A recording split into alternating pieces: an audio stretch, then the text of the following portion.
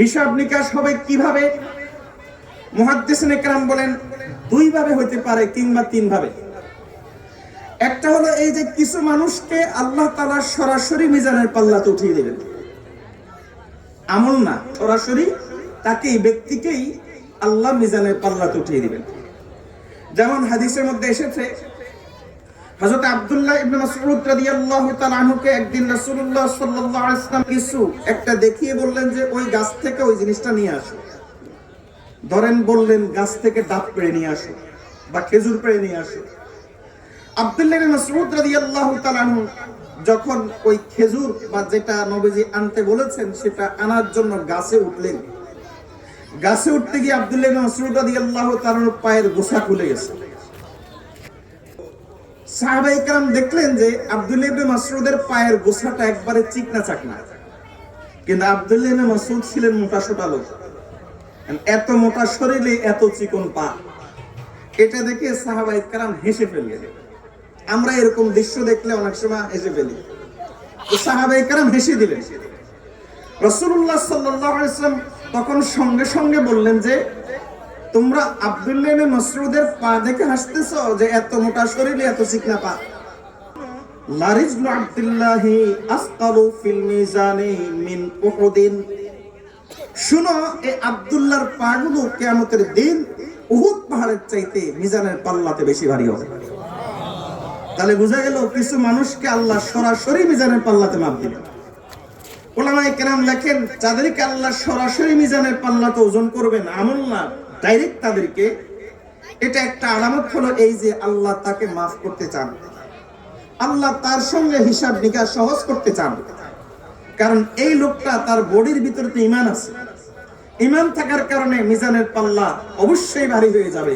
এর অর্থ হলো আল্লাহ তাকে মাফ করে দিবে, আল্লাহ তার সঙ্গে সহজ আচরণ করতে চান। পক্ষান্তরে কিছু কিছু ক্ষেত্রে আমলকে ওজন করা হবে।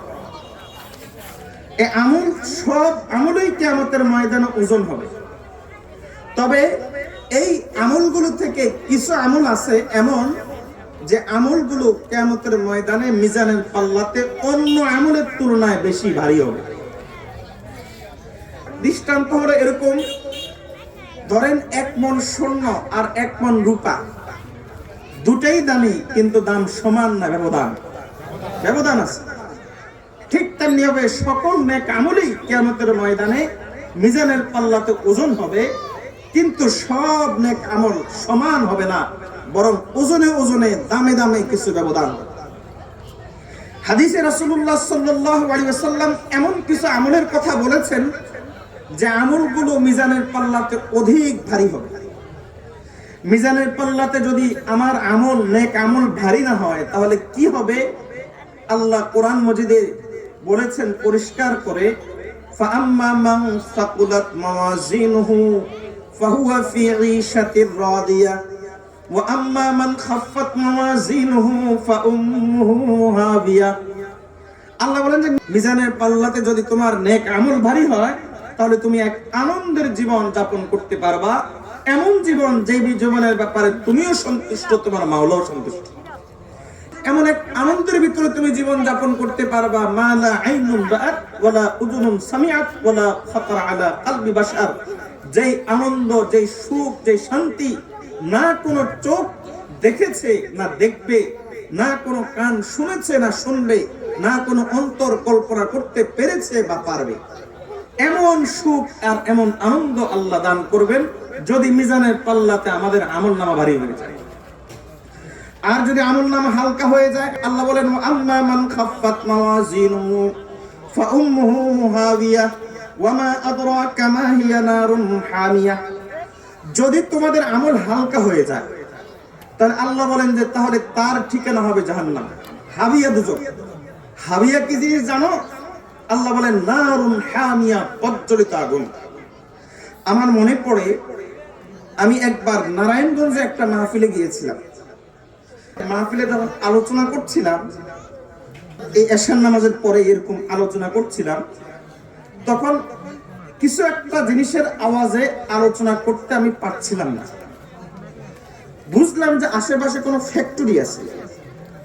মাহফিল শেষে আমি জিজ্ঞেস করলাম আশেপাশে কি কোনো ফ্যাক্টরি আছে? বলে হ্যাঁ আছে। তো বললাম কিসের ফ্যাক্টরি, এরকম আওয়াজ, ক্যাস ক্যাস আওয়াজ? তখন আমাকে বলল যে এখানে রডের ফ্যাক্টরি আছে, রড বানানো হয়। আমি চিন্তা করলাম রড সারা জিন্দেগি কত দেখছি, আজকে একটু ফ্যাক্টরিতে কেমনে বানায় একটু দেখি। এজন্য বললাম যে আমাকে কি দেখাইতে পারবেন? একজন তখন বলল যে হুজুর আমি ওই কারখানাতেই চাকরি করি, আমি আপনাকে ভিতরে নিয়ে যাব, যাওয়ার সময় দেখিয়ে দেবো, অসুবিধা নেই। আমি ভিতরে ঢুকলাম, কারখানার ভিতরে দেখলাম লোহার ভাঙ্গারিগুলো একদিক থেকে দেওয়া হচ্ছে আর আরেক দিক থেকে সেগুলো পানির মতো লিকুইড হয়ে বের হচ্ছে। চিন্তা করলাম দুনিয়ার আগুনের হিট যদি এই পরিমাণ হয়, দুনিয়ার প্রজ্বলিত আগুনের হিট যদি এই পরিমাণ হয় যে লোহাকে পর্যন্ত গলিয়ে দিতে পারে, তাহলে না জানি জাহান্নামের আগুনের হিট কি পরিমাণ হবে, না জানি জাহান্নামের আগুনের হিট কি পরিমাণ হবে। আল্লাহ বলেন যে ব্যক্তির আমল হালকা হবে, ওজন হবে না, ফাউম্মুহু হাবিয়া, তার ঠিকানা হলো হাবিয়া দুজক। হাবিয়া দুজক কি? আল্লাহ বলেন ওয়ামা আদরাকা মা হিয়া, জানো সেটা কি? নারুন হামিয়া, প্রজ্বলিত আগুন। এজন্য আল্লাহ কোরআন মাজিদে বলেন আফরাইতুমুন নারুল্লাতী তুরুন, যখন আগুন জ্বালাও তখন কি দেখো না আগুন কেমনে জ্বলে? আগুন থেকে তোমরা শিক্ষা নিতে পারো না? গ্যাসের চুলার আগুন আর লাকড়ির চুলার আগুনের হিট সমান না ব্যবধান? ঠিক তেমনি ভাবে দুনিয়ার আগুনের হিট আর জাহান্নামের আগুনের হিট সমান হবে না, বরং ব্যবধান হবে। দুনিয়ার আগুনের হিটের চাইতে জাহান্নামের আগুনের হিট কমপক্ষে 70 গুণ বেশি হবে। আল্লাহ আমাদেরকে ওই আগুন থেকে বেঁচে থাকার তৌফিক দান করুন।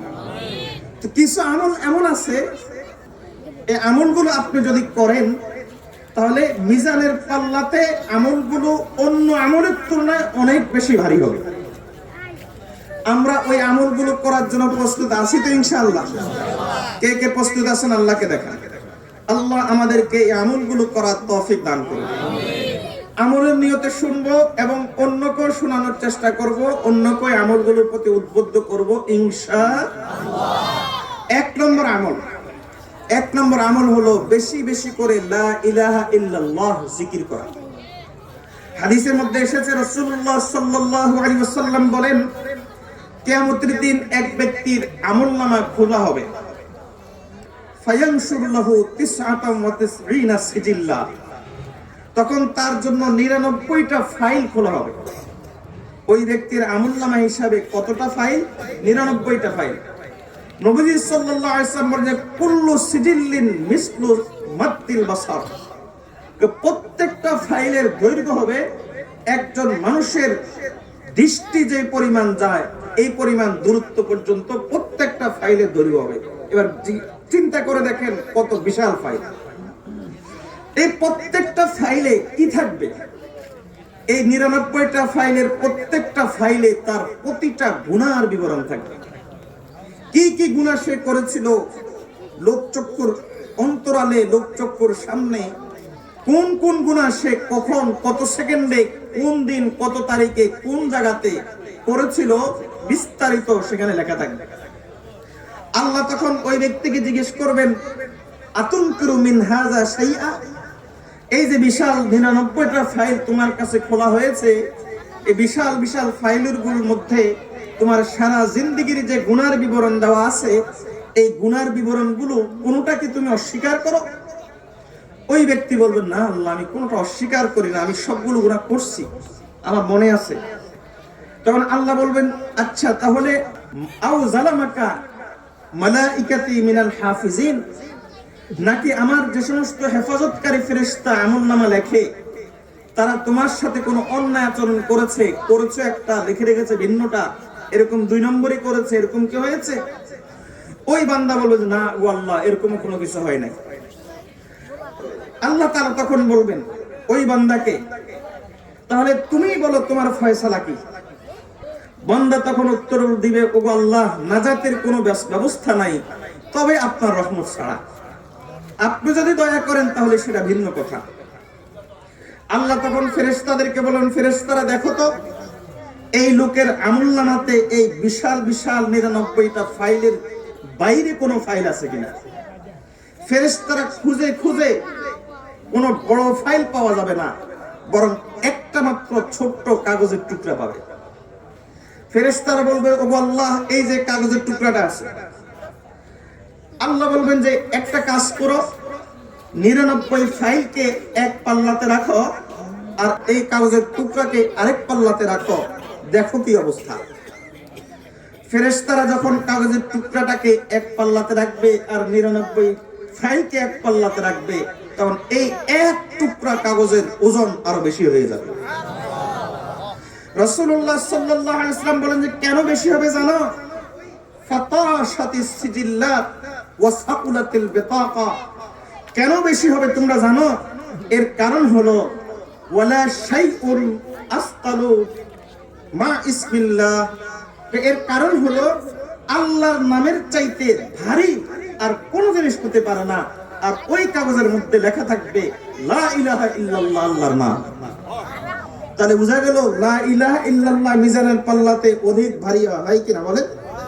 এজন্য লা ইলাহা ইল্লাল্লাহ জিকির বেশি বেশি করে করবেন তো ইনশাআল্লাহ।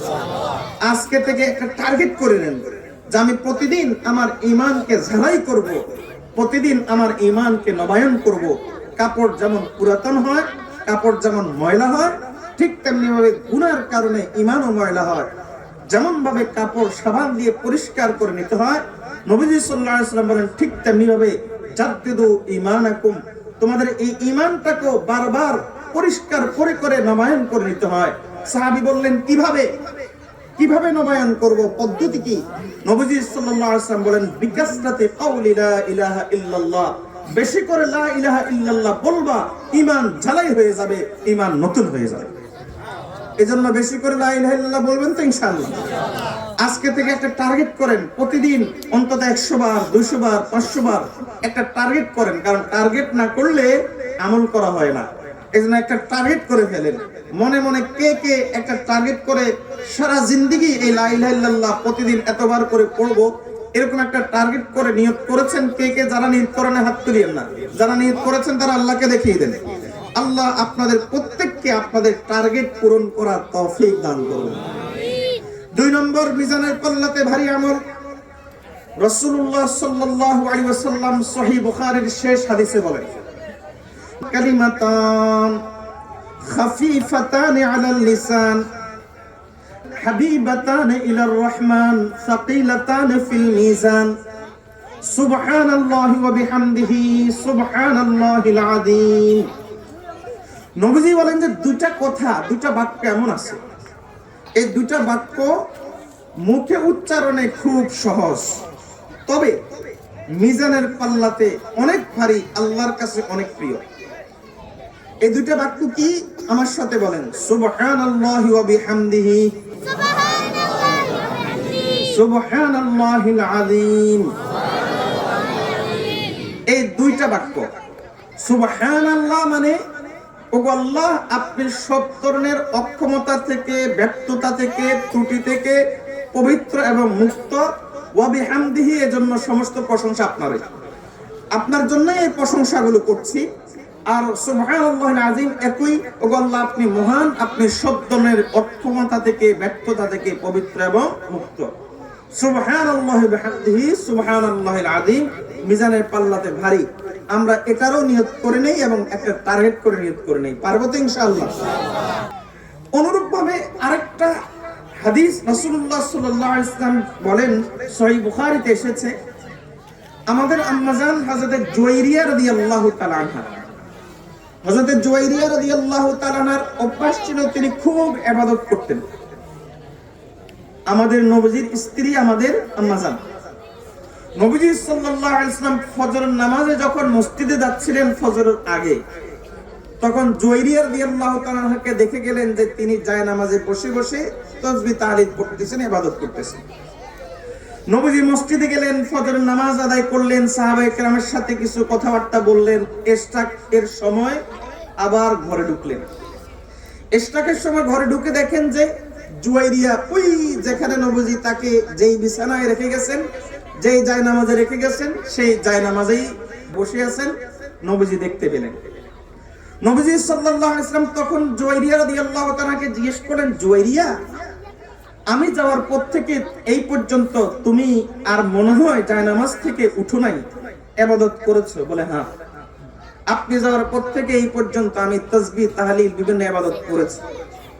নবীজি সাল্লাল্লাহু আলাইহি ওয়াসাল্লাম বলেন যে দেখো জুয়াইরিয়া, আমি মাত্র 4টা কথা, 4টা বাক্য 3বার বলেছি। আমার ওই 4টা বাক্য 3বার যে বলেছি, ওই 4টা বাক্যকে যদি এক পাল্লাতে রাখা হয়, আর কিয়ামতের দিন তোমার ফজরের আগ থেকে শুরু করে এই ইশরাক পর্যন্ত যে আমলগুলো করেছো, এগুলোকে যদি ভিন্ন পাল্লাতে রাখা হয়, তাহলে ওই 4টা বাক্যের ওজন মিজানের পাল্লাতে আরো বেশি ভারী হয়ে যাবে। ওই 4টা বাক্য কি? নবীজি সাল্লাল্লাহু আলাইহি ওয়াসাল্লাম বলেন, আমি ওই 4টা বাক্য বলেছি, আমার সাথে বলেন, সুবহানাল্লাহি ওয়া বিহামদিহি আদাদা খালকিহি ওয়া রিদা নাফসিহি ওয়া জিনাতা আরশিহি ওয়া মিদাদা কালিমাতিহি। যদি না পারেন একজন আলেমের কাছ থেকে লিখে নেবেন, মুখস্থ করে নেবেন। খুব দামি আমল, এমন আমল মিজানের পাল্লাকে অনেক বেশি ভারী করে দেয়।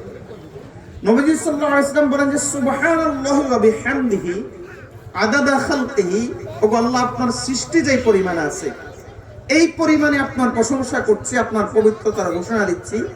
ওয়া রিদা নাফসিহি, ও আল্লাহ যে পরিমাণ প্রশংসা করলে আপনি খুশি হয়ে যাবেন এই পরিমাণ প্রশংসা আপনার করছি।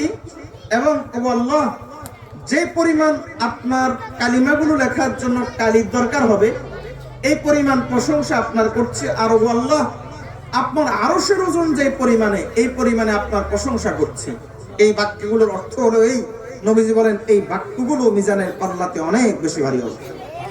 মিজানের পাল্লাতে ভারী হবে আরেকটা আমল হলো মিজানের পাল্লাতে ভারী হবে দুরূদ শরীফ। এই মর্মে একটা সংক্ষিপ্ত ভাবে দীর্ঘ হাদিস বলার চেষ্টা করি। রাসূলুল্লাহ সাল্লাল্লাহু আলাইহি ওয়াসাল্লাম বলেন, কিয়ামতের দিন হযরতে আদম আলাইহিস সালাম দৈর্ঘ্যে সবার চাইতে লম্বা হওয়ার কারণে কিয়ামতের গোটা ময়দানের দৃশ্য তার সামনে থাকবে। আদম আলাইহিস সালাম দেখতে পাবেন কিছু মানুষকে ফেরেশতারা শিকল বন্দী করে জাহান্নামের দিকে টেনে টেনে নিয়ে যাচ্ছে। আদম আলাইহিস সালাম দেখেই চিনে ফেলবেন এরা হলো শেষ নবীর উম্মত। এজন্য আদম আলাইহিস সালাম আমাদের নবীজিকে ডাক দিবেন ইয়া আহমদ বলে, হে আহমদ। নবীজির আরেকটা প্রসিদ্ধ নাম মুহাম্মদ, আহমদ, এই দুটাই নবীজির সবচাইতে প্রসিদ্ধ নাম। ইয়া আহমদ বলে নবীজিকে ডাক দিবেন। নবীজি সাল্লাল্লাহু আলাইহি ওয়াসাল্লাম তখন দৌড়ে গিয়ে বলবেন, লাব্বাইক ইয়া আবাল বাশার, হে মানব কুলের পিতা, আমি উপস্থিত, আমাকে কেন ডেকেছেন? আদম আলাইহিস সালাম তখন মুখে কিছু না বলে ইশারা দিয়ে দেখাবেন, ওই যে দেখেন। নবীজি সাল্লাল্লাহু আলাইহি ওয়াসাল্লাম বলেন যে আমি দেখেই চিনে ফেলবো এরা হলো আমার উম্মত। নবীজি বলেন তখন আমি ফেরেশতাদের হাত থেকে আমার এই উম্মতগুলোকে ছাড়ানোর জন্য ফেরেশতাদের দিকে একটা দৌড় দিব, ধমকের সুরে তাদেরকে বলবো এরা আমার উম্মত। ফেরেশতারা তখন আমাকে অত্যন্ত বিনয়ের সাথে বলবে, আজকের দিনে আমরা একজনের কথাই শুনি, আল্লাহর কথা আর কারো কথা শুনি না। নবীজি সাল্লাল্লাহু আলাইহি ওয়াসাল্লাম বলেন তখন আমি বুঝে যাব আমাকে কোথায় ধর্ণা দিতে হবে। আমি তখন আল্লাহর দিকে সরাসরি তাকাবো এবং আমি আমার এক হাতকে কপালে নিয়ে যাব। আরেক বর্ণনাতে এসেছে আমি আমার এক হাতকে দাড়িতে নিয়ে যাব। মুহাদ্দিসগণ বলেন কোনো বিরোধ নাই। মানুষ যখন বেশি টেনশন করে তখন চেহারাকে এভাবে বুলায়, বারবার বুলায়, তাহলে কপাল হাতেও যাবে, দাড়িতেও যাবে। নবীজি খুব টেনশনে থাকবেন, আল্লাহর ভয়ে তটস্থ থাকবেন। নবীজি বলেন আমি আল্লাহর দিকে তাকিয়ে কিছু বলতে পারবো না, আমি এভাবে চেহারায় হাত বুলাতে থাকবো আর আল্লাহকে শুধু এতটুকু বলবো, ওগো আল্লাহ এরা আমার উম্মত। এতটুকু বলার সঙ্গে সঙ্গে আল্লাহ আমার মনের ভাষা বুঝে যাবেন। আল্লাহ ফেরেশতাদেরকে তখন উদ্দেশ্য করে বলবেন, ফেরেশতারা এই মুহূর্তে আহমদ যা বলে তা শোনো। নবীজি সাল্লাল্লাহু আলাইহি ওয়াসাল্লাম বলেন যে আল্লাহর এই কথায় আমি দৌড়ে গিয়ে তখন ফেরেশতাদের কাছ থেকে আমার এই উম্মতগুলোকে ছাড়িয়ে দেব। ছাড়িয়ে এনে তাদেরকে সরাসরি আমি ও শিকল সহ মিজানের পাল্লাতে উঠিয়ে দেব। কিন্তু তাদের আমল তখন হালকা থাকবে, ওজন হবে না, মুক্তির ব্যবস্থা হবে না। নবীজি বলেন তখন আমি আমার চাদরের ভিতর দিয়ে আমার শাহাদাত আঙ্গুলটাকে বের করে মিজানের পাল্লাতে একটা চাপ দিব। মিজানের পাল্লাতে চাপ দেওয়ার সঙ্গে সঙ্গে মিজানের পাল্লা ভারী হয়ে যাবে। তখন ওই লোকগুলো বলবে যে আপনি কে, এত সুন্দর চেহারার অধিকারী, আপনাকে তো চিনলাম না, আর আপনি কেনই বা আজকের দিনে আমাদের এত বড় উপকার করেছেন। নবীজি সাল্লাল্লাহু আলাইহি ওয়াসাল্লাম তখন বলবেন, আমি তোমাদের নবী, আমি তোমাদের রাসূল, আর আজকে এত বড় উপকার করেছি এর কারণ হলো তোমরা আমার উপর বেশি বেশি করে দুরূদ পড়তে। তাহলে বোঝা গেল দুরূদ আপনি যদি বেশি পড়েন তাহলে মিজানের পাল্লাতে আমলটাও ভারী হবে। মিজানের পাল্লাতে ভারী হবে আরেকটা আমল। রাসূলুল্লাহ সাল্লাল্লাহু আলাইহি ওয়াসাল্লাম বলেন, খাসলাতান, দুইটা আমল এমন আছে, লা ইউহাফিজু আলাইহিমা আবদুল মুসলিমুন ইল্লা দাখালাল জান্নাহ। দুইটা আমল এমন আছে, এই দুইটা আমল করলে কোন মুসলমান যদি নিয়মিত করতে পারে, ইউহাফিজ মানে নিয়মিত করা, যদি কোন মুসলমান নিয়মিত করতে পারে, নবী সাল্লাল্লাহু আলাইহি ওয়াসাল্লাম বলেন যে সে সঙ্গে সঙ্গে জান্নাতে যাবে। নবীজি বলেন, হুমা ইয়াসির, এই আমলগুলো সহজ, ওয়া মান ইয়ামাল আলাইহিমা কালিল, এই আমলগুলো যারা করবে তারা মনে করবে যে আমলগুলো কম। আমল সহজ, কিন্তু যারা করবে তাদের ধারণা এত ছোট ছোট আমল। এই দুটো আমল কি? নবী সাল্লাল্লাহু আলাইহি ওয়াসাল্লাম বলেন, একটা আমল হলো যে প্রত্যেক নামাজের পরে 10 বার সুবহানাল্লাহ, 10 বার আলহামদুলিল্লাহ, 10 বার আল্লাহু আকবার বলবে সে 10 10 30 বার। 5 ওয়াক্ত নামাজের পরে হবে 150 বার। নবী সাল্লাল্লাহু আলাইহি ওয়াসাল্লাম বলেন যে এভাবে 150 ফিল লিসান, জবানে হবে তার 150 বার, কিন্তু মিজানের পাল্লাতে আল্লাহ লিখে দিবেন 1500 বার। আর এই একটা আমল। আরেকটা আমল হলো, কোন ব্যক্তি যদি ঘুমানোর আগে 33 বার সুবহানাল্লাহ, 33 বার আলহামদুলিল্লাহ আর 34 বার আল্লাহু আকবার বলে, নবীজি বলেন এভাবে হবে 100 বার, মিআতুন ফিল লিসান ওয়া আলফুন ফিল মিজান, হবে 100 বার জবানে, কিন্তু আল্লাহ তাআলা মিজানের পাল্লাতে লিখে দিবেন 1000 বার। তাহলে এই আরেকটা আমল। মিজানের পাল্লাতে ভারী হবে আরেকটা আমল হলো জানাজার নামাজে উপস্থিত থাকা। রাসূলুল্লাহ সাল্লাল্লাহু আলাইহি ওয়াসাল্লাম বলেন যে ব্যক্তি জানাজার নামাজে উপস্থিত থাকবে এবং জানাজার নামাজ থেকে পরিপূর্ণভাবে দাফন কাফন সম্পাদন করে ফারিগ হয়ে তারপর আসবে, ফালাহু কিরাতান, তাকে 2 কিরাত দেওয়া হবে। ওয়ামান তাবিআল জানাজাতা ওয়া ইউসাল্লা আলাইহা ফালাহু কিরাত, আজ ব্যক্তি শুধুমাত্র জানাজার নামাজ পড়বে তাকে 1 কিরাত দেওয়া হবে। ওয়াল্লাযী নাফসু মুহাম্মাদিন বিয়াদিহি, আর যেই সত্তার হাতে আমার প্রাণ আর আমার প্রাণ, ওই সত্তার কসম করে বলছি, এক একটা কিরাতের ওজন কিয়ামতের দিন উহুদ পাহাড় সমপরিমাণ হবে। এজন্য জানাজার নামাজে সুযোগ থাকলে, আপনি সুযোগ না থাকলেও সময় বের করে জানাজার নামাজে উপস্থিত হবেন তো ইনশাআল্লাহ। মিজানের পাল্লাতে ভারী হবে সর্বশেষ আমল। কোরআন হাদিসে এই আমলগুলো পাওয়া যায় বিশেষভাবে। সব আমলেই মিজানের পাল্লাতে নেক আমল ভারী হবে, কিন্তু বিশেষভাবে আমলগুলোর কথা নবীজি বলেছেন, এর অর্থ হলো এখানে স্পেশাল কিছু আছে, এগুলোই সবচেয়ে বেশি ভারী হবে। নবীজি সাল্লাল্লাহু আলাইহি ওয়াসাল্লাম বলেন, মিজানের পাল্লাতে মুমিনের জন্য সবচাইতে ভারী যে আমলটা হলো, মা মিন শাইইন লিল মুমিনি আসকালু ফিল মিজানি ইল্লা হুসনুল খুলুক। নবী সাল্লাল্লাহু আলাইহি ওয়াসাল্লাম বলেন, মুমিনের জন্য মিজানের পাল্লাতে সবচাইতে বেশি ভারী হবে নামাজ নয়, রোজা নয়, হজ নয়, যাকাত নয়, দান সদকা নয়, তবে যেটা থাকলে নামাজ ঠিক হয়ে যাবে, নামাজ সুন্দর হয়ে যাবে, যেটা থাকলে রোজা কবুল হবে, যেটা থাকলে হজ কবুল হবে, যেটা থাকলে যাকাত কবুল হবে, যেটা থাকলে যাকাত আমার সদকা কবুল হবে, এমন একটা আমল, সে আমলের নাম হলো উত্তম চরিত্র। এই উত্তম চরিত্র না থাকলে নামাজ কবুল হয় না, রোজা কবুল হয় না, হজ কবুল হয় না, ইবাদত কবুল হয় না। নবী সাল্লাল্লাহু আলাইহি ওয়াসাল্লাম বলেন, উত্তম চরিত্র হলো মিজানের পাল্লাতে সবচাইতে ভারী আমল একজন মুমিনের জন্য। উত্তম চরিত্র মানে কি? কারোর সাথে ঝগড়া করেছেন, এটা কি উত্তম চরিত্র? কাউকে গালি দিয়েছেন, এটা কি উত্তম চরিত্র? মিথ্যা বলেছেন, এটা কি উত্তম চরিত্র? পর মেয়ের প্রতি তাকিয়েছেন, উত্তম চরিত্র? ভাবির দিকে তাকিয়েছেন, গল্প করেছেন, উত্তম চরিত্র? ব্যভিচার করেছেন, এটা কি উত্তম চরিত্র? মোবাইলে খারাপ জিনিস দেখেছেন, এগুলো কি উত্তম চরিত্র? তাহলে বোঝা গেল এগুলো উত্তম চরিত্র নয়। উত্তম চরিত্র হলো ওজনে কম দিব না, মিথ্যা বলবো না, অহংকার করব না, বিনয়ী হব, সত্য কথা বলবো, কোনো মানুষকে কষ্ট দিব না, ইনসাফ করব, অশ্লীল কাজ করব না, ইফটিজিং করব না, চোখের ব্যভিচার করব না, এগুলো উত্তম চরিত্র। আল্লাহ যে কথাগুলো বলেছি আমাদেরকে এই কথাগুলোর উপর আমল করার তৌফিক দান করুন।